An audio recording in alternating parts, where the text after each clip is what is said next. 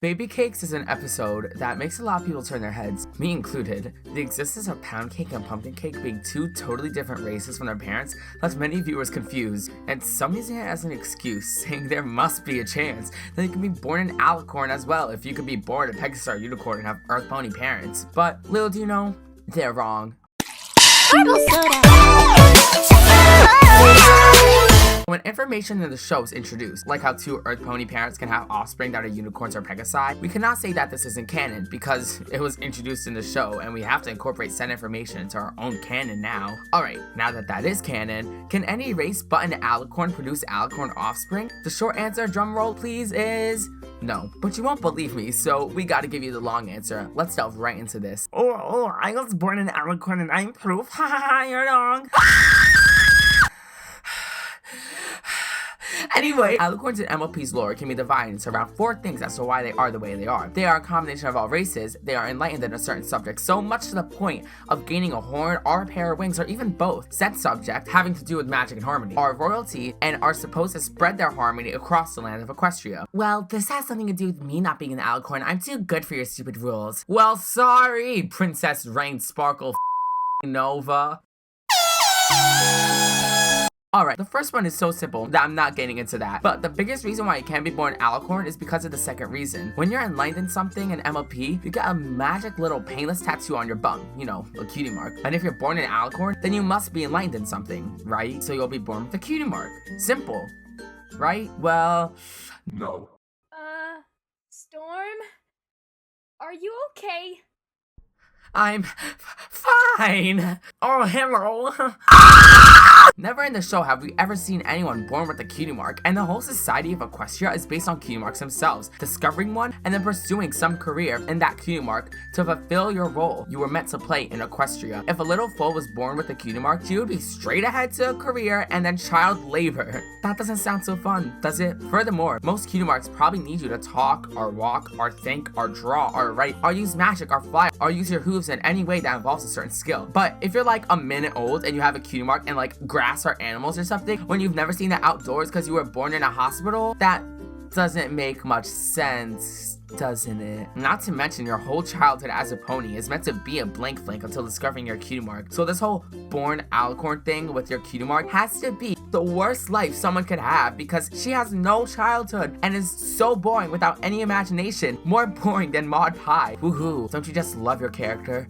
So tragic and full of despair because you, the creator, decided to make it born an Alicorn. How does that make you feel? I don't need this negativity in my life. Did I ask you?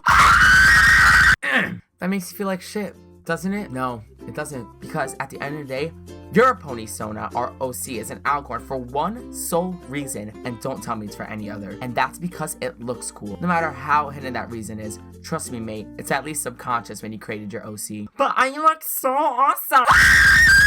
Anyway, the journal and the two sisters state that Celestia and Luna were born Alicorns, and that's canon, so obviously my theory is disproved. Oh well, wrong. Celestia and Luna were born Alicorns because they are special in Equestria's history. They had to defeat Discord to save the land, and thus are special Alicorns. It was their destiny to bring harmony to the land, and we know destiny plays a big role in this show.